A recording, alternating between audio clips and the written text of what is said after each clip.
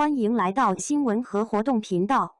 请订阅和分享已更新有关当今最着名明星的最新信息。图评的王一博，金鸡不光有他，金鸡奖提名已经公布了好几天，冷热分布基本上维系不动，也不太可能会动。热度一面倒的情况下，相关话题一直有在增加、迭代，保证持续输出。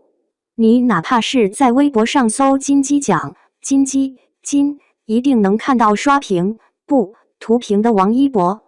我们都知道了，王一博终于第一次提名金鸡。我们都知道了，他是唯一入围的流量明星。我们都知道了，他入围最佳男配角5强。我们都知道他跟李雪健一同入围了。我们都知道风向一度是集体辩证剖析流量与老戏骨，后者是前者的未来，是前者的必然结果。我们也都知道他被黑了，而粉丝们都很团结，很坚毅。所以备受关注的最佳男配花落谁家呢？在话题持续发酵的线下，王一博主演但没表演肯定的《长空之王》因为拿下5个提名，也被粉丝们大方承认，哪怕胡军成了王一博的竞争对手。必须要称赞双男主的无名是很懂策略的梁朝伟名正言顺镇守影帝关口。王一博可以在男配范畴以大博小。单论戏份，碾压《封神》第1部《朝歌风云》里的李雪健；单论电影影响，凌越《长空之王》的胡军似乎也不突兀。李雪健这几年最好的表演，从《流浪地球》到这部，都先决地奉着悲怆的标签。其实他更好的表现是在团圆，王一博更好的表现是在热烈。不过这2部电影都没有进入金鸡的法眼。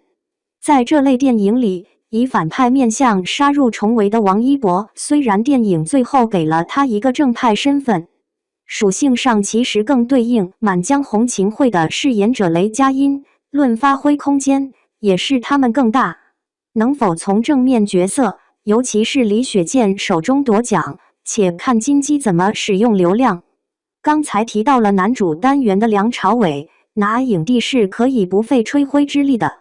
哪怕突破不多，但一定比学霸的黄渤多。不过相对高位宇宙探索编辑部的杨浩宇凭借更草根、更苍凉的戏里戏外，理应构成梁朝伟这次最强的对手。其次才是在波浪鼓东东翔里的惠王君，另一个表演越级的表现。不过电影剧本不如前者，胜数自然也相对要小。在主旋律模式下打转的回西藏贡献出宋阳，以及提名男配的金巴，在这次的竞争里看来很难占到上风。女主竞争的话，也有第一次提名金鸡的，比如演戏几10年的何赛飞。这位粤剧名伶正巧有了不止量身打造的追月。在这单元里，最强的竞争对手大概还是这几年的获奖大户惠英红我爱你。又书名号，对他来说不算最有挑战性的那一卦，但底层老年人的挣扎与浪漫，经过他的诠释，就是格外动人。对比好演员樱桃，就不是演技上过分悬殊，而是万里归途没有办法给白化这个角色提供足够细腻且自然的戏份，没办法让他凸显出来。闫妮倒是凭借有血有肉的金喜妹，在最后的真相中脱颖而出。假如她能够得奖，那是对演员乃至类型突围颇为不错的肯定。至于白塔之光，从田壮壮开始，4代演员一代杀一代，到第3阶梯的黄瑶，其实已经显得刻意与吃力了，肯定是不如在过春天这种全员平衡输出的戏里出彩。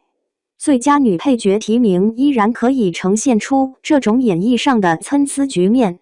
永安镇故事集里身为人妻人母老板娘的黄米一，表现出90后女演员在界线上的跨越。特别是她上一次在大银幕出现时，还在《世间有他》里与易烊千玺谈恋爱，这次表演上的进阶是挺明显的。更年轻的王圣迪在这些年更受关注，也确实塑造过令人揪心的角色。不过他在《保你平安》里的演绎，不错是不错，更突出的却是对校园暴力话题的承载。而这种模式的电影再好，留给配角的表现空间也达不到杠杆作用，起码王圣迪恐怕还差些火候。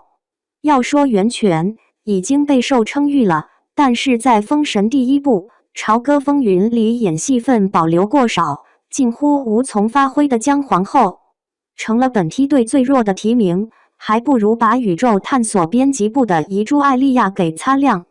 这时候自然要说谁不弱，学霸里演火嫂的惋惜就不弱，当真是演出了振振有词却又不过麻痹自己的虎妈本相。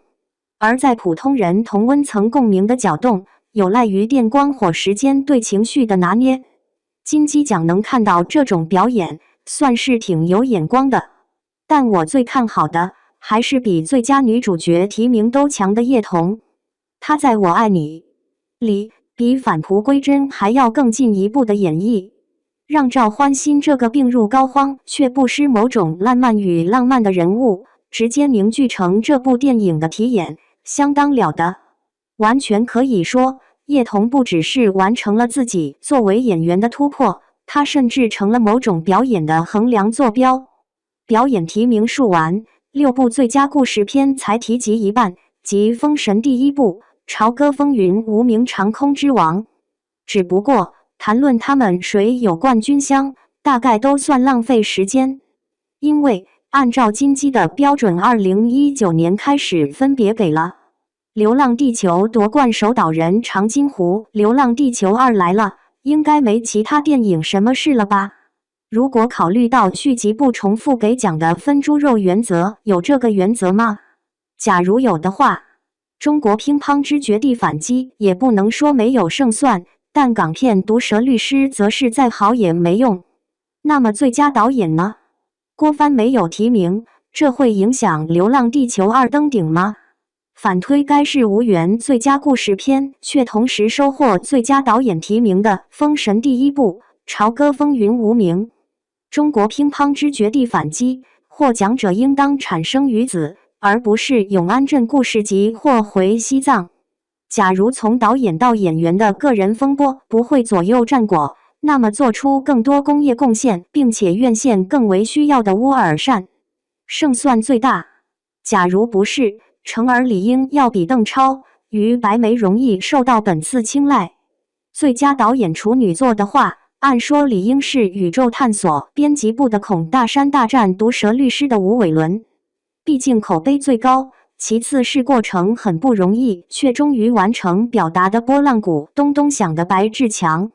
但抛开一切，真给了长空之王的刘晓世，谁也不会惊讶吧。最佳外语片提名方面，也是一种神奇的并置图景。大师阿比查邦的记忆跟新手斯科特曼的坠落，方方面面都是两个极端。在囊括口碑不够出彩的生无可恋的奥托困在心绪里的儿子，燃烧的巴黎圣母院，这些名字很长的电影，显出这个2021年才设置的奖项标准应该还在摸索当中。第一回给了前传困在时间里的父亲，第二回给了漫漫寻子路，这次应该不会还在关注父子或父亲了吧？那就看要给更商业的生无可恋的奥托，还是给不商业却创造了商业票房某种奇迹的记忆了。